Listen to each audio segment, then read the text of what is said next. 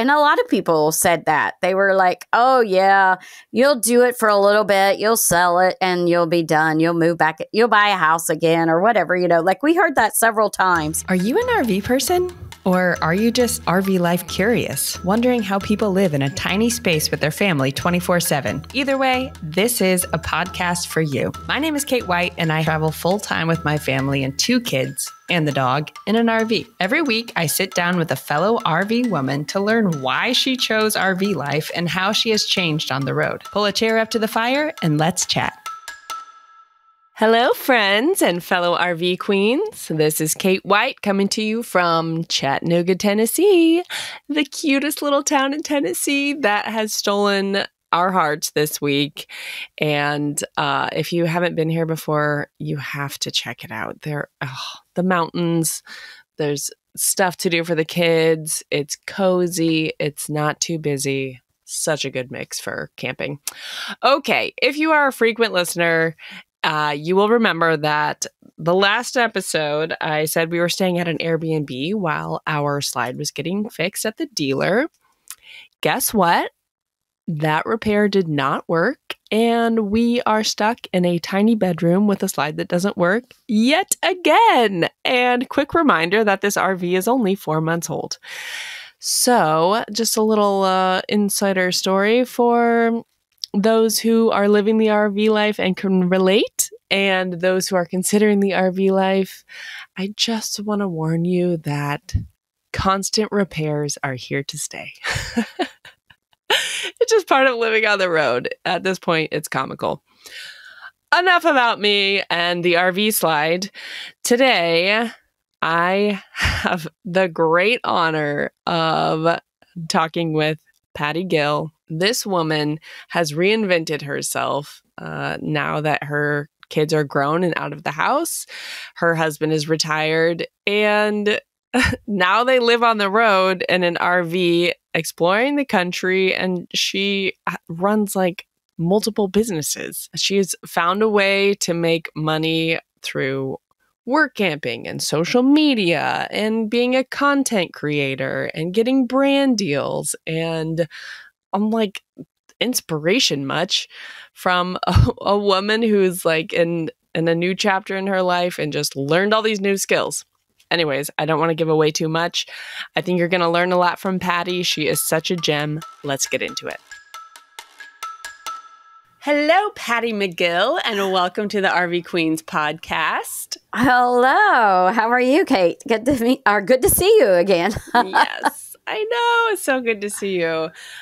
We met in Camp Margaritaville a few weeks ago, and we went to the conference together, but it ended up we were neighbors too. I didn't know it. Yes. I know, that was so crazy. Yeah. That was fun. Yeah, we saw your husband outside. He was, I think he must have been on a work call or something. He was outside on the phone like for a while and with no shoes on. That's right. Yes, because I remember when I met you and Shane, Shane said, "Oh, is your husband the one that walks around with no shoes on?" And I said, "Oh, yes, it's a very long story. Let me tell you the whole thing." So you get to know people really well cool when you're camping right next to them. No, it's true. Exactly. Yes, that is very true. Because the spots there were, they were a little close, but it was a beautiful campground though. Oh my gosh, pristine. Okay, so I would love to start this conversation back before you guys hit the road full time in an RV. Tell me where you and Shane were at in your life, and then kind of what sparked the decision to travel full time. So I guess I could start Shane was in the Air Force for 24 years. That's how we met. He was stationed and lived in my hometown. So we met there, and then we traveled all over the world pretty much. We were stationed several overseas assignments I think we were overseas for 13 years. I think it was like 13 years. And we came back to the States. Well, we came back once to the States, and we bought a travel trailer because all of our friends had travel trailers at the base. We were stationed in South Dakota. No, North Dakota. Sorry. We were in North Dakota, and all of our friends had RVs and would go out. And we started with a tent and of course, that didn't last very long in the summers. It's still hot, even in North Dakota. When Shane retired in 2012, we moved back to the States. We moved to Texas. And we promised our sons, we have 2 boys. Well, I say 2 men. They're not boys anymore. Promised them that we would not move them anymore. We were like, okay, Dad's retired. We won't, because they were getting to the age where it was like, this is just, they would get really close to their friends, and it was hard for them to move. So we said, okay, we're going to move to San Antonio now that Dad's retired, and we won't move anymore. We'll stay right here. You could stay at the same school, until you graduate. And so we did that for them. And then our oldest graduated college. Our youngest was in college. I think he was about 2 years in, maybe even before that. Well, I know even back in North Dakota, we had always talked about going full time. Like this was 20 years ago or something. And it wasn't like as big as it is now. Back then, it was more like, okay, once you're retired in your 70s, after you've worked all these years, and then you retire, and then you go full time. That was always our plan. Okay, one day, once we retire, then we're going to hit the road and travel and see the U.S. Since we had been overseas to so many places. We really hadn't even seen, our own country. Then we started, this new thing came out called YouTube, which when we were growing up, there was no YouTube. And we started seeing, once we bought our fifth wheel, I started looking up the same model as ours, just really to see people's ideas on how they decorated it. That was the main reason. And I started seeing younger people, even younger than us, that were like you guys and, even younger in the 20s, early 20s that are out traveling now. And I thought, well, gosh, if they're able to do that, why can't we do that? Why can't we do it now? So back to where my son, he was in college. He only had a few years left. We started talking about it. Hey, once he graduates, let's go ahead and do it. Once he graduates college, let's figure it out. Shane has, he has a retirement coming in from the military.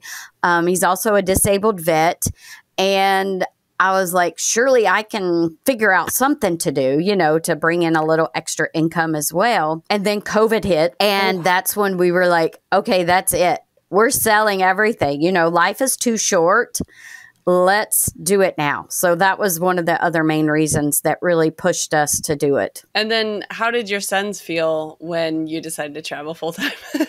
Right after you get settled and they're off in college and you're like, peace out, bye.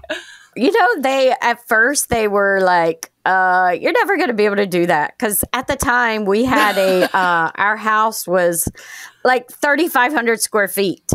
And we go from 3,500 square feet to this, right at 400 square foot fifth wheel. And our boys are like, you're not going to make it a year. You'll never, and a lot of people said that. They were like, oh, yeah, you'll do it for a little bit. You'll sell it and you'll be done. You'll move back. You'll buy a house again or whatever, we heard that several times.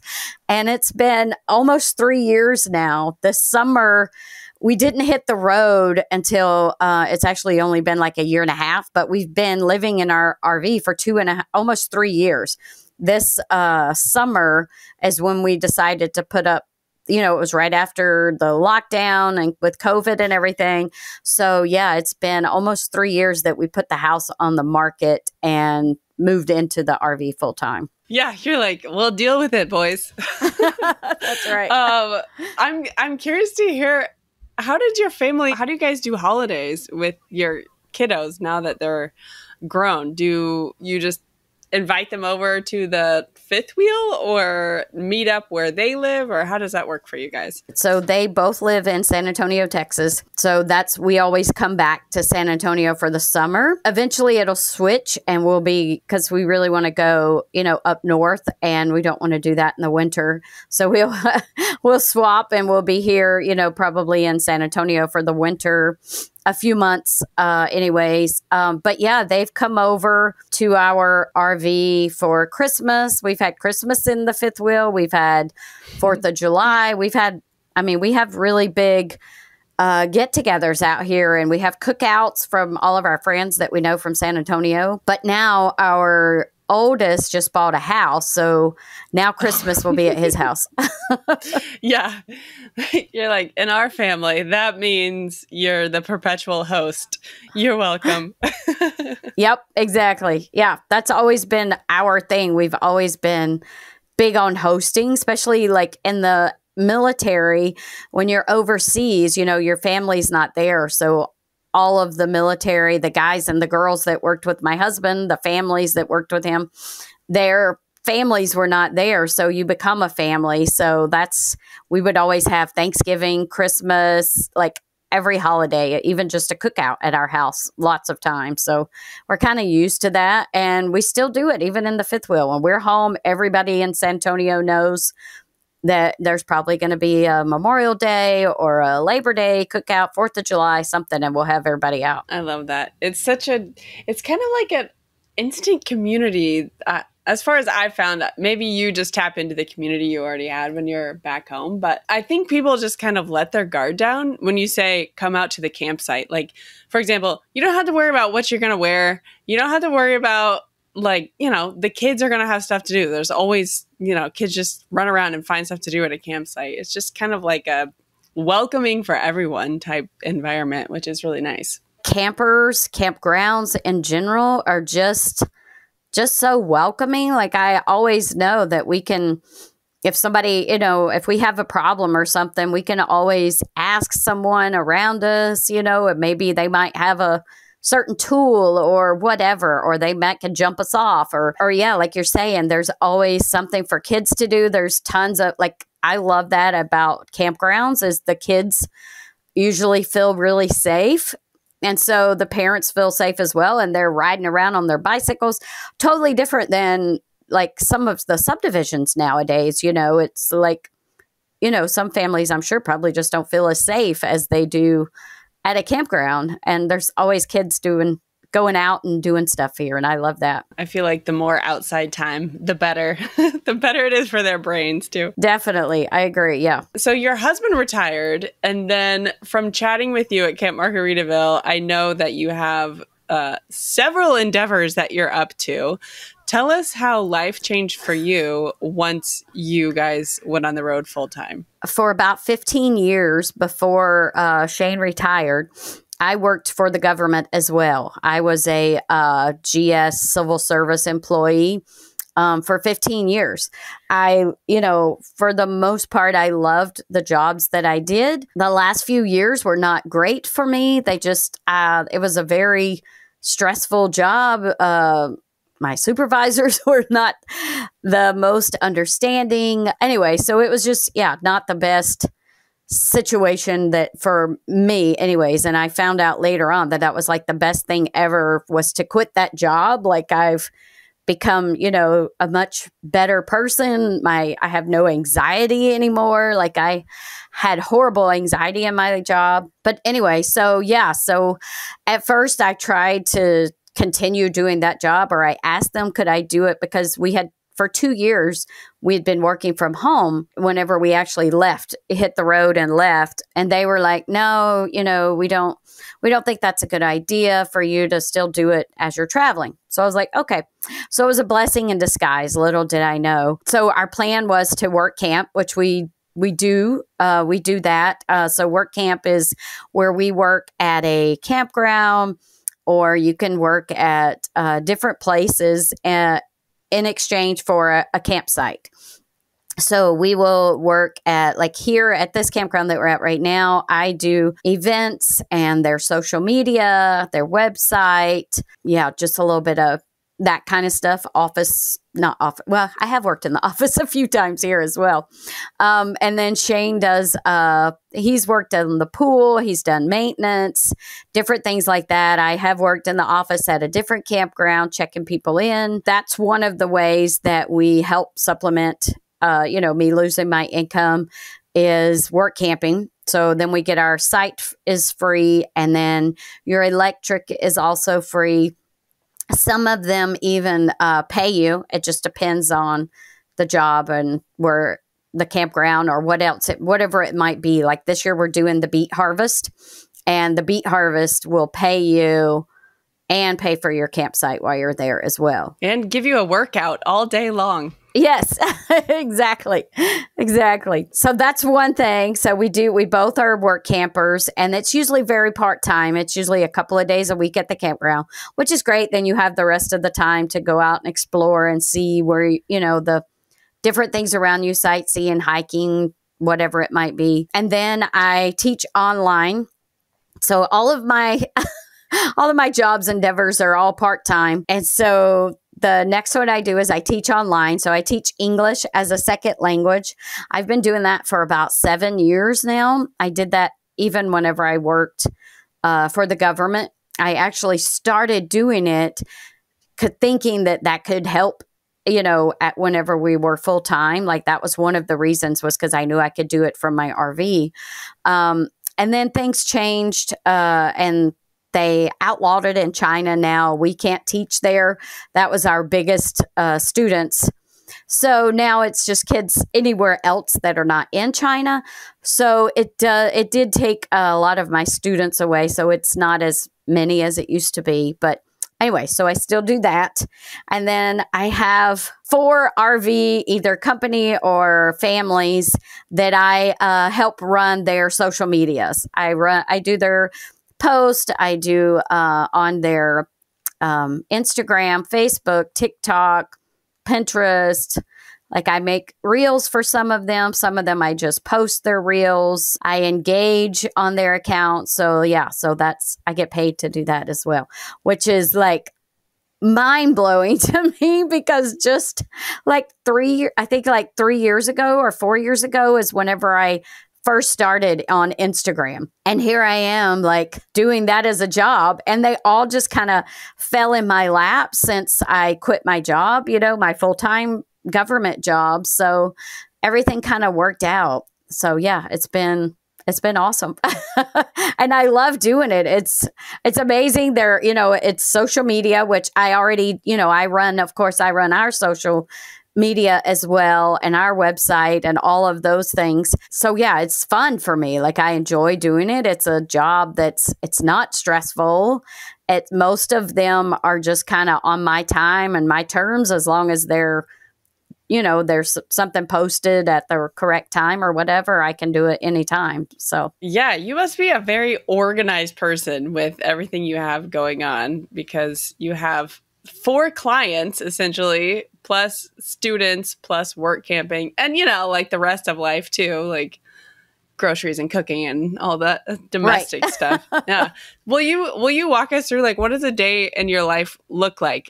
Do you kind of keep to a routine, or is every day different, or how does that work? I am a creature of habit. I do like a routine. Calendars, I'm like old school calendar too. I have the digital version, but then I also have like one on my fridge. I have a little notepad that I write things. I always have like post-it. I have one right beside me, post-its to remind me. I set alarms on my phone to remind me to post for this company or this person or whatever it might be. That's kind of how I keep track of everything. Yeah, so I like to get up early. I usually, like this morning, I was up at 5 because I had a class at 6. So I got up at 5.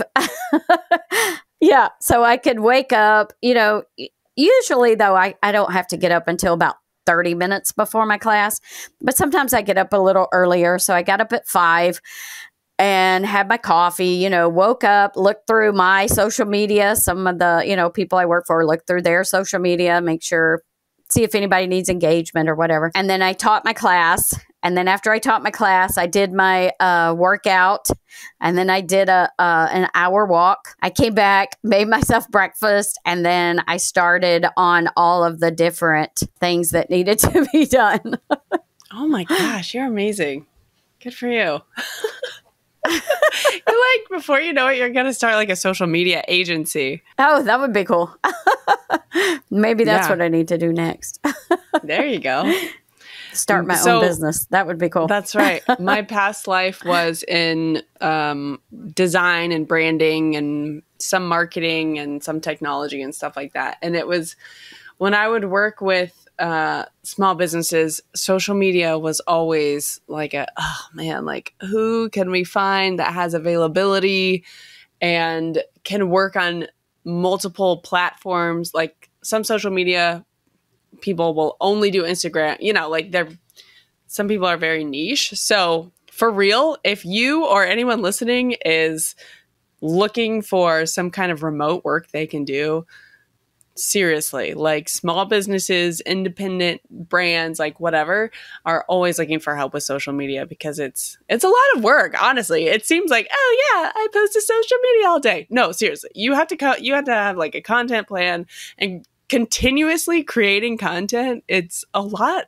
It's time consuming, and you have to think about your posts and hashtag research, and there's a lot that goes into it that people probably don't realize, just the everyday consumer of content probably doesn't realize. Absolutely. Yeah. Just like trying to come up with my own content every day is already enough. It's a lot but yeah, I do keep like a content calendar. I have a spreadsheet. Like anytime I think of an idea, I throw it on the spreadsheet. Then I usually sit down and come up with like my weekly post.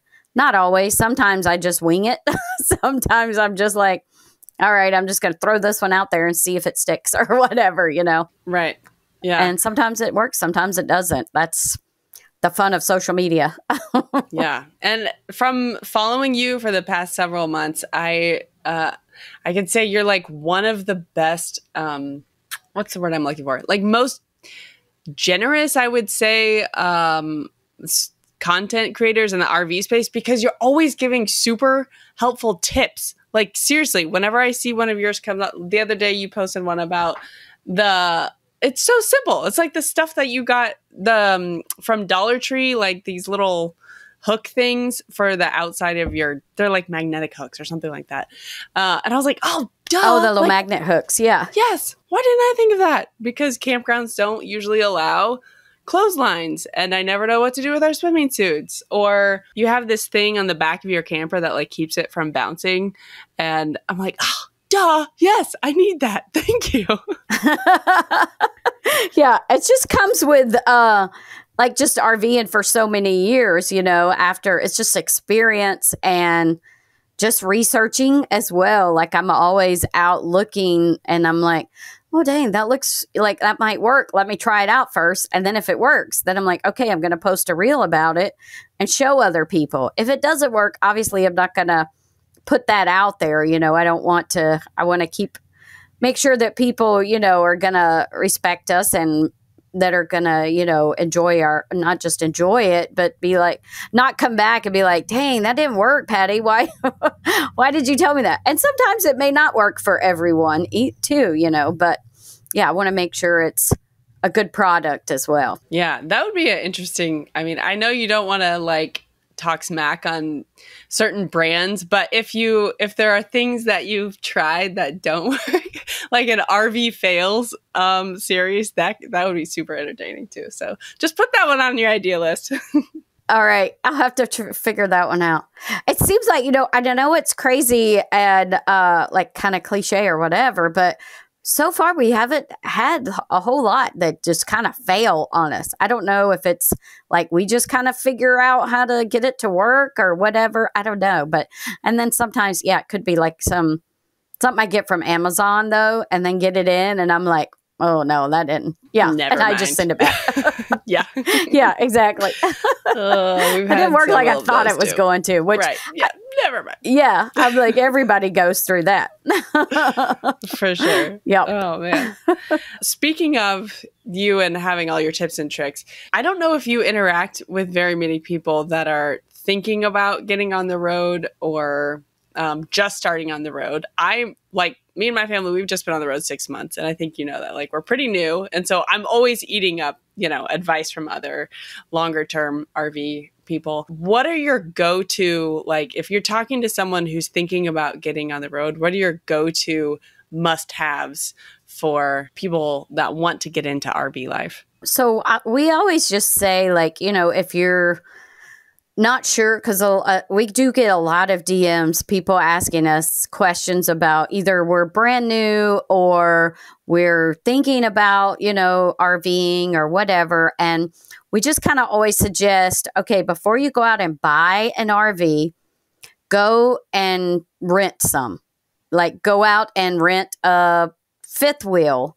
Go out and rent a travel trailer, rent a big one and a small one, because some people can't deal with a much smaller space, especially if they're coming from a house, So we just always suggest go rent a few, there's even people that will take it to the campground for you so you don't have to pull it. If you've never pulled anything before, I suggest, Shane always suggests, at least maybe if there's not a class around, at least get somebody that would trust you with their RV that could teach you how to pull it and back it up. Because that's one of the biggest obstacles when you get an RV, if you're pulling it or even driving it. If you've never, drove a Class C or a Class A or whatever, it's just kind of, if you can take a lesson. But yeah, we just always suggest rent one, see what you like. If you're going to jump right in and buy one, sell your house, you've never even RV'd before, because we see it a lot of people do that,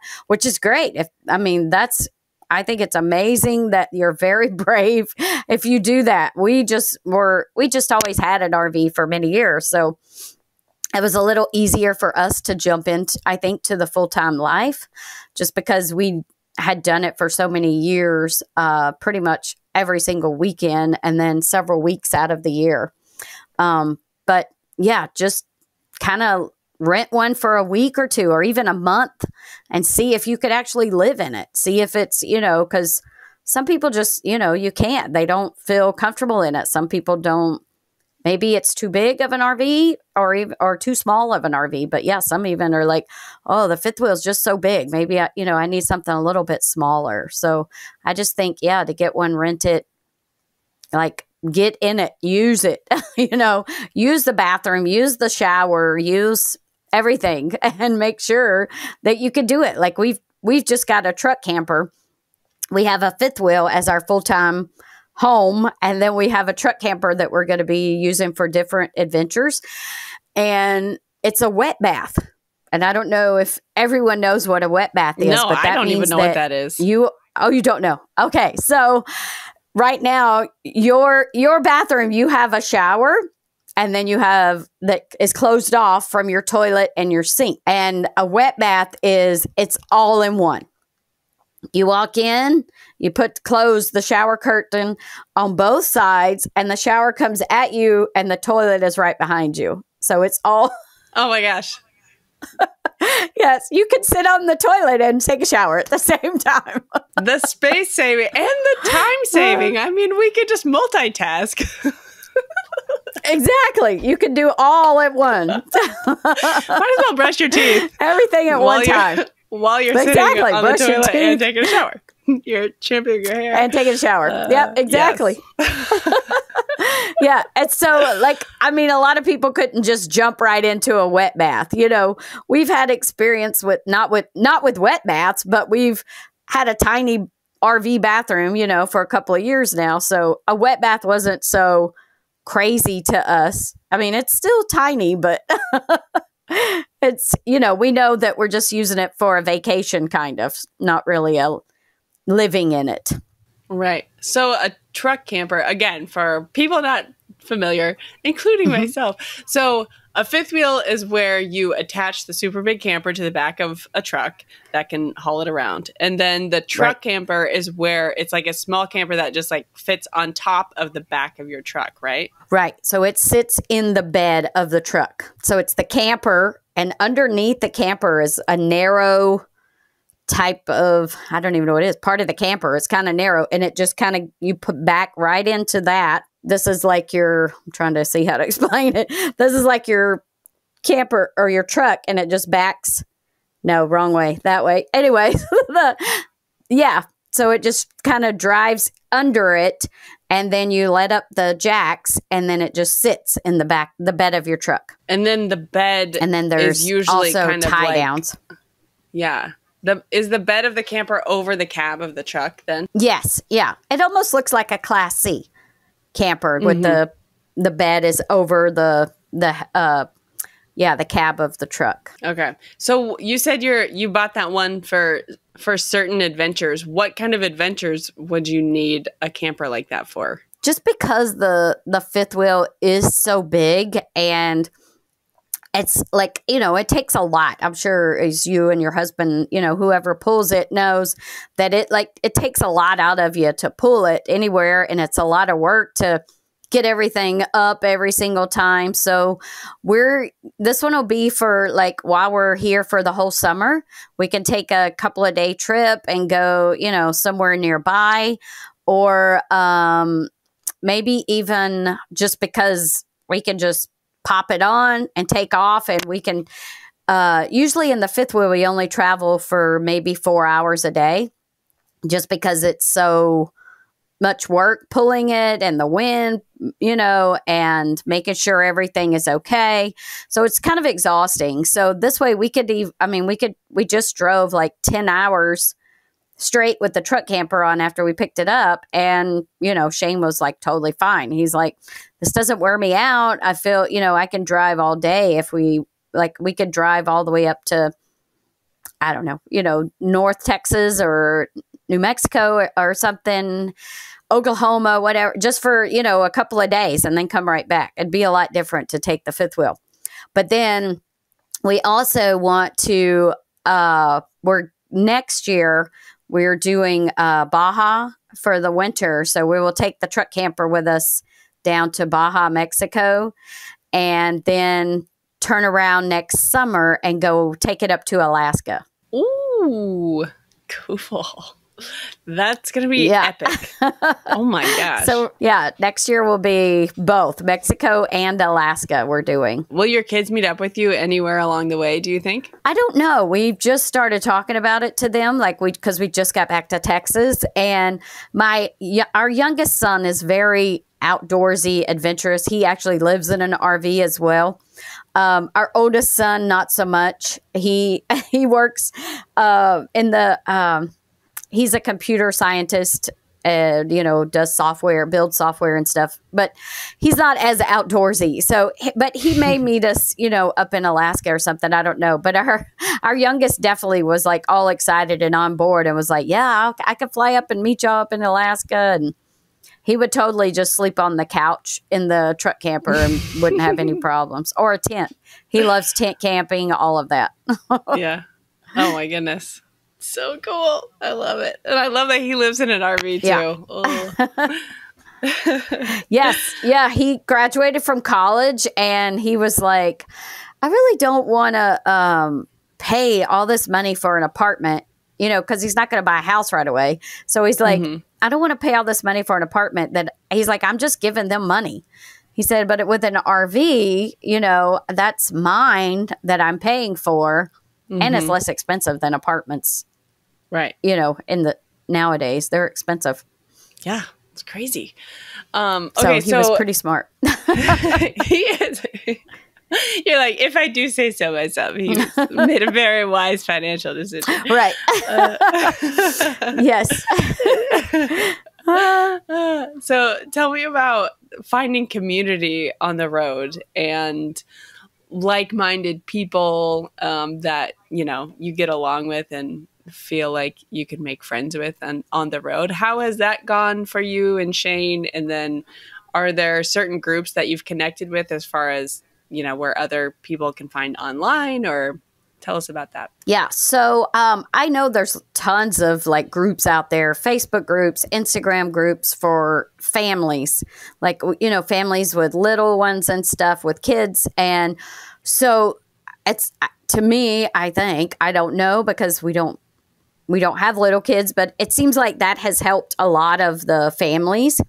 Is you can be in those family groups. They have lots of meetups and different things. So that's great. So for us, it's been a little bit more challenging, but not really. Because there are other groups out there. We've been to different rallies, and if you go out to let's see, we've like whatever brand your camper is, they usually have a rally, and most of them will have a rally in every single state. Like we have a Grand Design, they have a Grand Design rally in many states, and we've been to Grand Design rallies in a couple different states. And when you're there, you meet, people that have the same RV, the same, you all like camping. So you have a lot in common. So it's a lot easier to like talk to someone. You can go up and start a conversation with them. Like, what kind of RV do you have? What kind of camping do y'all do? Are you full-time? Are you part-time? But also you can do that at any campground. But for us too, because we're work campers, like that's another way that we've met people as well, is like our coworkers that we work with as work campers.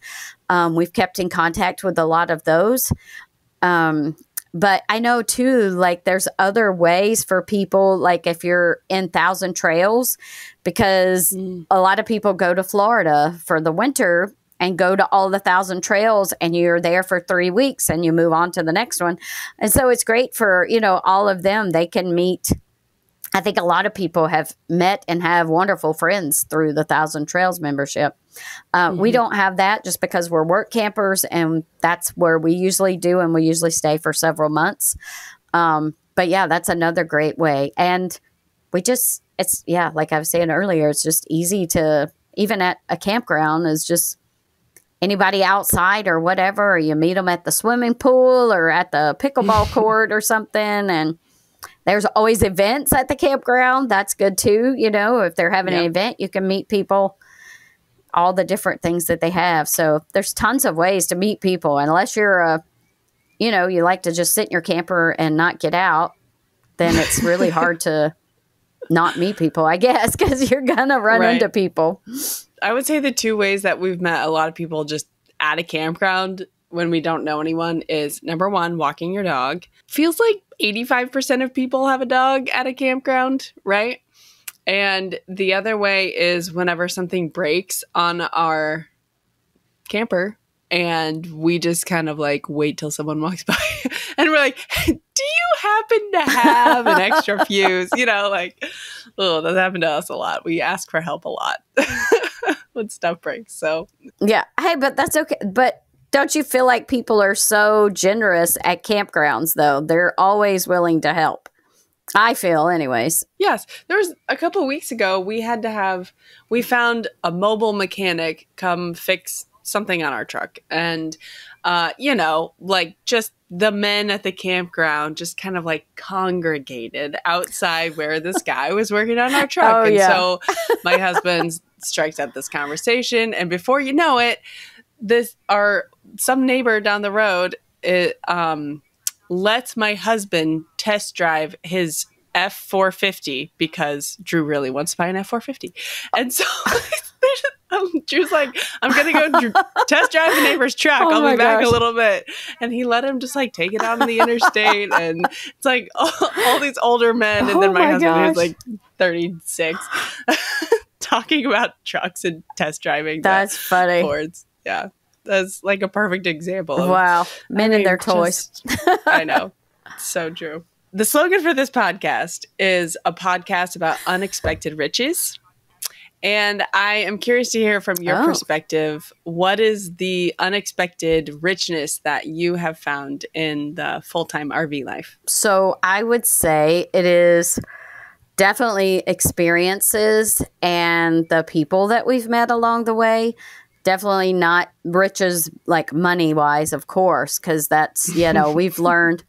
I think most people that have, downsized and live in an RV full time realize that money does not buy you happiness. Money is not, like, let's not keep up with the Joneses. Let's just get out and do our own thing and explore and meet people. And, like that to us, that I think that's the main thing, is just experience, traveling and meeting people along the way. Like we have some of the greatest friends that we've ever had, just from this lifestyle in general.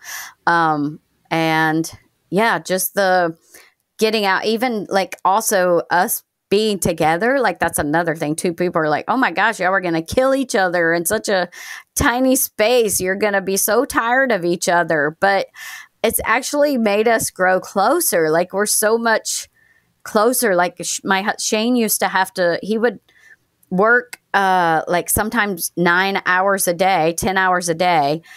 It was like usually an hour drive to get to work, an hour drive, because he worked for a couple of years after he retired from the military. And like we never saw each other, you know, so that was another thing. It was also like about a 40-minute drive for me to work. So yeah, we see each other now. We get to see each other every day. But I mean, I'm not gonna lie. Of course, you get tired of each other sometimes. You need space. But I mean, who does it as a married couple? Right. Whether you live in a house or in a tiny home, it doesn't matter. You still need your own space. So yeah, we just kind of, Shane likes to sit outside, and like yesterday he sat outside and just watched the Masters all day. He loves sports, so he has a TV outside, and he was sitting out there watching the Masters while I did, of course, some work inside. Well, you stuck to your routine and did your work. Exactly. Yeah, that's what I do. Yeah, we've found that too. Even living with 2 young kids, you know, and we get that comment from people a lot too, along those lines where, you know, how could you just be with your kids and your husband 24/7 nonstop? And it's surprising that it's just made us closer. And like you said, of course, there's times that I'm pulling my hair out and I'm like, I need to go for a walk. But then there's also like way more times that we're like, you know, playing games in the evening, or we start a kickball game outside or something like that we never really did. And I don't know why. You know, when we were living in a normal house in the suburbs, it's just closeness, you know, you just kind of get closer emotionally and physically. I think it's awesome. You know, I wish we did something like that when our boys were little, just because I think, you know, maybe they would have been more outdoorsy. My oldest, maybe not as, although my youngest is still outdoorsy, but yeah. I mean, it would be nice maybe to grow up. I'm sure your kids are having an awesome time, and they probably absolutely love having their mom and dad there 24/7. Yeah, it's funny that it's like every day they still want our attention. Me and my husband always laugh about that. Like we took a family walk after dinner, after traveling together all day yesterday. We get set up, we had dinner, and we go on a walk to the playground. And the dog park was like down the block or whatever at this campground. And I was like, I'm going to take the dog over here. And Drew's like, oh, I'll come with you, you know, while the kids play at the playground.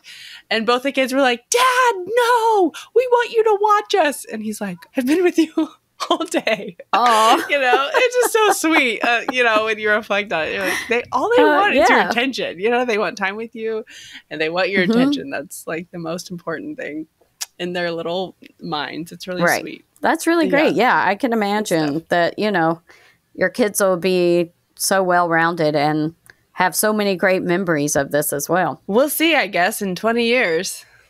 Oh, yeah. They're everywhere. Can't get away from it.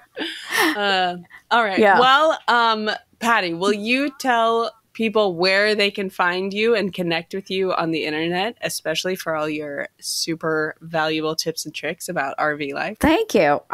So we have a website. It's gillsonwheels.com. We also have Instagram, Facebook, TikTok, Pinterest. Like all the social medias, pretty much. We don't do Twitter. I think that's and like Snapchat or whatever. But yeah, pretty much anywhere else you can find us. Gills on Wheels, and some form like Gills_on_wheels, or just Gills on Wheels But pretty much any social media and our website, you can find us. Awesome, and we'll share those links in the show notes too for anyone that wants to connect with you. Well, thank you so much for. Yeah, thank you for being here today. I really enjoyed chatting with you, and I know you offered a lot of really good advice for people that are looking into being on the road and even on the road now. So thank you so much. Well, thank you so much for having me. It was so great to meet you at the conference, and I'm glad now I have another friend. Yeah, that's right. That's what it's all about. All right. I'll talk to you soon, Patty. Exactly. Alrighty. Bye. Thanks. Thanks for listening to the RV Queens podcast. If you would like to be on a guest on the show, click on the link in the show notes to the guest application. And if you would also please go ahead and subscribe to the channel and like the video, that would help us out a lot. Thanks a lot, and I will see you on the road. Dad, no! We want you to watch us!